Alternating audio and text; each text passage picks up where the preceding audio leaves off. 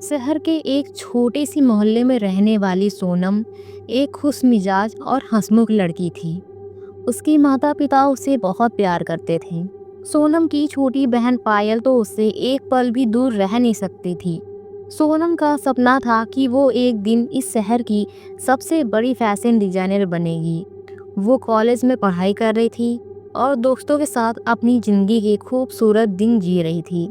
लेकिन सोनम को क्या पता था कि उसकी ये हंसी खुशी जिंदगी एक रात में पूरी तरह से बदल जाएगी। उस दिन रात के लगभग 11 बजे थे। सोनम अपनी सहेलियों के साथ एक बर्थडे पार्टी से वापस लौट रही थी। सड़कें सुनसान थी और हल्का कोहरा चारों तरफ छाया हुआ था। जैसे ही सोनम अपने घर के पास पहुंची, लेकिन तभी दूर से आ रहे एक तेज रफ्तार के ट्रक ने सोनम को टक्कर मार दी, जिसके बाद सोनम का पूरा शरीर वहीं पर लथपथ हो गया और लोगों की भीड़ सड़क पर इकट्ठा हो गई। सोनम खून से लथपथ सड़क पर पड़ी हुई थी।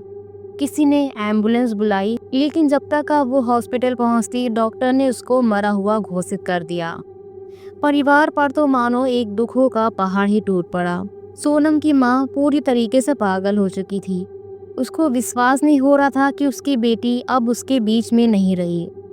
पिता ने खुद को एक कमरे में बंद कर लिया था और ना ही कभी उसके परिवार को इतना ज्यादा प्यार दे पाएगी। सोनम की मौत को 3 दिन हो चुके थे। घर में मातम चारों तरफ पसरा हुआ था।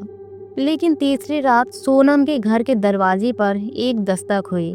सोनम की मां ने दरवाजा खोला और उन्होंने अपने सामने जो नज़ारा देखा, मानो उनके पैरों तले तो जमीन ही खिसक गई। सोनम की मां ने देखा कि उनकी आंखों के सामने उनकी बेटी सोनम खड़ी हुई थी, जिसका सिर झुका हुआ था और बाल बिखरे हुए थे और चेहरे पर एक अजीब सा भाव था। सोनम को वापस से जिंदा देखकर सोनम की माँ बहुत ज़्यादा डर भी गई थी, लेकिन एक तरफ दिल के किसी कोने में ये बात भी थी कि क्या सच में उसकी बेटी वापस आ चुकी है। सोनम की माँ ने उस लड़की से पूछा, सोनम क्या तू जिंदा है? सोनम मुस्कुराई, हाँ माँ, हाँ मैं जिंदा हूँ। सोनम की माँ ने उसको गले लगा लिया और तभी सोनम के पिताजी भी वहाँ पर आ गए और सोनम को देखकर उनकी भी खुशी का ठिकाना नहीं रहा। सोनम ने अपने परिवार वालों से बोला कि मुझे कुछ याद नहीं कि एक्सीडेंट के बाद क्या हुआ था। सोनम को बस इतना याद था कि वो अपने कमरे में जागी और घर आ गई। घर वालों को ये एक चमत्कार से कम नहीं लग रहा था। उन्होंने भगवान को धन्यवाद दिया और सोचा कि शायद कोई गलती हुई थी और सोनम अब बाल बाल बच गई।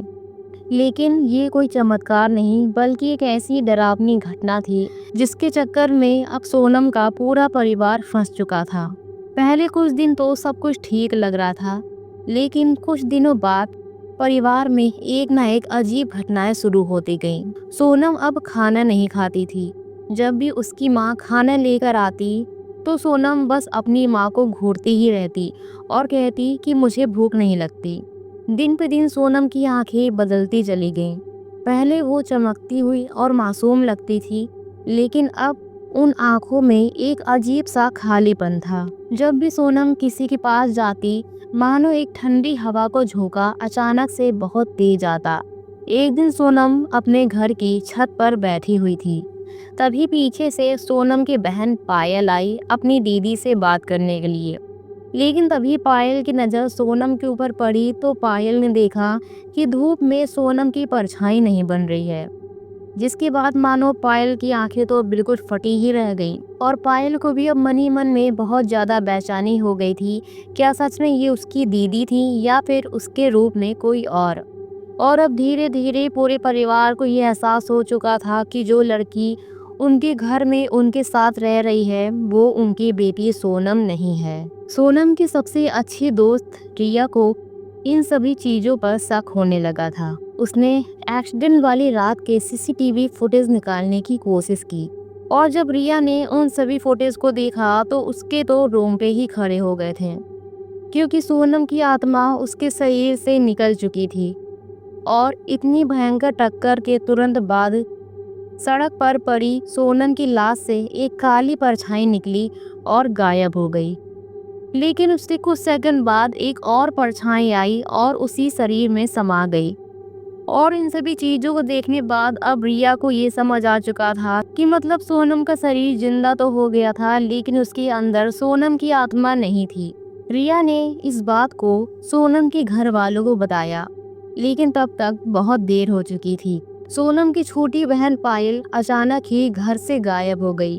घर में अजीब आवाजें आने लगी और रात में किसी के फुसफुसाने की आवाज आती, लेकिन जब देखा जाता तो कोई भी वहां पर नहीं होता। एक रात सोनम की माँ को लगा कि उनके बिस्तर के पास कोई खड़ा है। उन्होंने धीरे से अपनी आंखें खोली तो देखा कि वहां पर उनकी बेटी सोनम खड़ी थी, लेकिन सोनम का चेहरा अजीब लग रहा था। उसकी आंखें पूरी काली हो चुकी थीं और उसके होंठ पूरी तरह से सूख चुके थे। उसके बाल मानो हवा में लहरा रहे थे। उसकी माँ घबरा कर बहुत तेज से चिल्लाई, तू कौन है और मेरी बेटी कहाँ है? सोनम धीरे से मुस्कुराई और बोली, सोनम मर चुकी है आंटी जी, लेकिन मुझे उसका शरीर बहुत पसंद आया। इसके बाद सोनम का चेहरा पूरी तरह से बिगड़ने लगा। उसकी आंखें और भी ज़्यादा काली और लाल होने लगी और उसके मुंह से एक अजीब सी भयंकर डरावनी आवाज़ निकली। घर वाले डर कर भागने लगे। तभी अचानक घर की सभी लाइट्स बंद हो गईं और जब सभी लाइट्स दोबारा से आई तो सोनम वहां पर नहीं थी। उस रात के बाद सोनम को कभी भी नहीं देखा गया। उसके घर वालों ने उसको बहुत ज़्यादा ढूंढने की कोशिश की, लेकिन उसका कोई सुराग नहीं मिला। कुछ लोगों का कहना था कि वो कोई दूसरी आत्मा थी जिसने सोनम का शरीर ले लिया था, और जब सच खुला तो वो वहां से गायब हो चुकी थी।